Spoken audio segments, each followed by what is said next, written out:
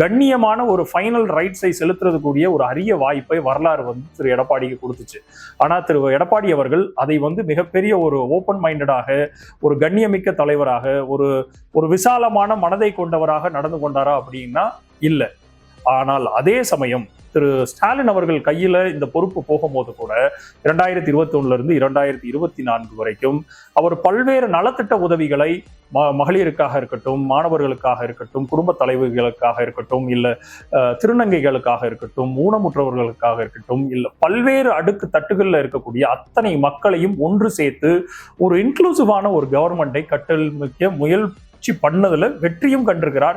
அதனுடைய நீட்சி தான் இன்றைக்கு தமிழகத்தினுடைய இன்க்ளூசிவாக இருக்கக்கூடிய மகளிரினுடைய பயன்பாடு இருக்குது. பாத்தீங்களா, மகளிர் ஒர்க் பார்ட்டிசிபேஷன்ஸ் இருக்குது. என்றைக்கு ஒரு மகளிர்கள் ஒட்டுமொத்தமான ஒரு ஒரு பொருளாதார சூழ்நிலைக்குள்ள, ஒரு பொருளாதாரத்தினுடைய கட்டமைப்புக்குள்ள அவர்கள் வேலை செய்ய ஆரம்பிக்கிறாங்களோ, அப்போ அந்த நாட்டினுடைய வளர்ச்சியை யாராலையும் தடுக்க முடியாதுங்கிறது தான் எக்கனாமி தெரிஞ்ச அத்தனை பேர்த்துக்கும் தெரியும்.